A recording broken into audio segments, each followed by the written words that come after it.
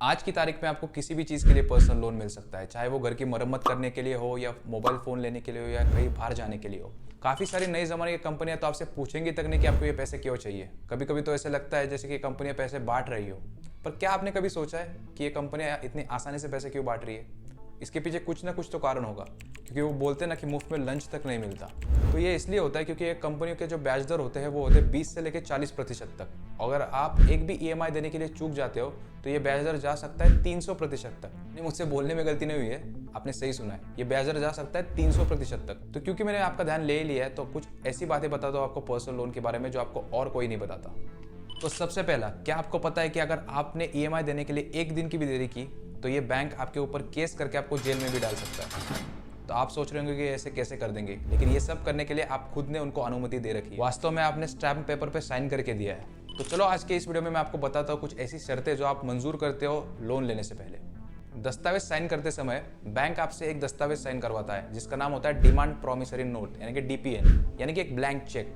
और ये तो आपको पता ही होगा कि अगर बैंक ने इस चेक को खाते में डाल दिया और अगर वो फेल हो गया तो ये कानूनी द्वारा एक दंडनीय अपराध है।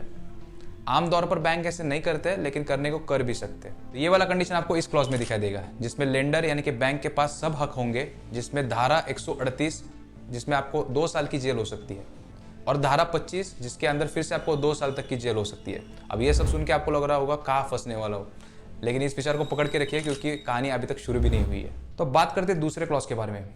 ये क्लॉज तो और भी चौंकाने वाला है। इसमें बोला गया है कि लोन के दरमियान अगर आपका मृत्यु हो जाता है तो जो भी आपके कानूनी वारिस है उनसे ये पैसे वसूल कर सकते हैं, और अगर वो भी इनकार करते हैं तो जो डीपीएन आपने साइन किया था और जिसके बारे में हमने बात करी थोड़ी देर पहले, उसका इस्तेमाल ये कर सकते हैं आपके कानूनी वारिस के खिलाफ उनसे पैसे वसूल करने के लिए। विश्वास नहीं हो रहा ना? तो ये वाला कंडीशन आपको इस क्लॉज में दिखाई देगा। इसकी आखिरी लाइन पढ़िए ठीक से। इसमें साफ लिखा गया है कि मृत्यु के मामले में जो डीपीएन है उसको लागू किया जाएगा और उसका इस्तेमाल आपके कानूनी वारिस के खिलाफ कोर्ट में भी हो सकता है। और ये सारे क्लॉजेस हमने एक बड़े कंपनी के दस्तावेजों से निकाले हैं, ऐसे भी नहीं कि कोई नई कंपनी है, और नई कंपनी के क्लॉजेस तो और भी इससे भी मुश्किल होंगे। पिछली 2 बातें सुन के इस वाली बात से आपको इतनी प्रॉब्लम नहीं होनी चाहिए, लेकिन जैसे आप लोन लेते हो तो आप पूरे डेटा का एक्सेस उन्हें दे देते हो और इसका इस्तेमाल वो आगे आने वाले समय में आपको कुछ भी बेचने के लिए भी कर सकते हैं। पर मज़े की बात तो ये है कि आप इन सब की परमिशन उन्हें राइटिंग में दे देते हो। अब वापस आपको विश्वास नहीं हो रहा होगा। ये वाला क्लॉज आप यहाँ पे देख सकते हो। इसमें साफ लिखा गया है कि उधारकर्ता यानी कि आप बैंक से सहमत हो कि आगे आने वाले समय में जो भी उनके अलग अलग उत्पाद रहेंगे वो आपको क्रॉस सेल कर सकते हैं। तो अब आपको समझ आया कि आप जैसे लोन लेते हो तो आपको इतने सारे कॉल्स क्यों आने लगते हैं। और अगर अभी आपको लग रहा है कि इससे तो कैसे भी डील कर लेंगे, तो ये अगला कंडीशन सुन के आपका दिमाग काफ़ी साफ हो जाएगा। जी हाँ, हम बात कर रहे हैं ब्याज दर के बारे में।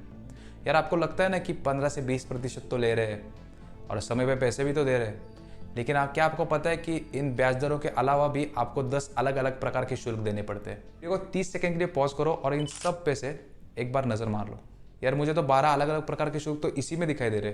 देखा, मैं आपको 10 अलग अलग प्रकार के शुल्क बोल के डरा नहीं रहा था। और ये सब चार्जेस मिलाने के बाद आपका ब्याज दर कब 20% से 25% चला जाएगा आपको खुद को भी नहीं पता चलेगा। चलो मैं आपको एक सरल गणित बताता हूँ। मान लीजिए आपने 1 लाख रुपए लोन लिया और वो लोन लिया आपने 18% पे, और वो 18% आपका प्रभावी ब्याज दर है। इसके ऊपर आपको 1 रुपये भी चार्ज नहीं लगेगा, और यह लोन लिया आपने 4 सालों के लिए। आप अपने मासिक ईएमआई को कैलकुलेट करोगे तो आपको पता चलेगा कि जो राशि आपने उनको वापस करनी है वो 2 लाख रुपए होगी, यानी कि जो आपने ली थी उसके 2 गुना आपको उनको वापस करना है। सब सुन के आपको थोड़ा सा शक हो रहा है, तो मुझे लगता है कि पर्सनल लोन लेना अभी आपके लिए सही वक्त नहीं है। आप चाहे तो अन्य विकल्पों की भी खोज कर सकते हो, जैसे कि अपने मित्रों से या परिवारों से पैसे ले सकते हो, या फिर आपने जो भी बचत की होगी आप उसको इस्तेमाल कर सकते हो।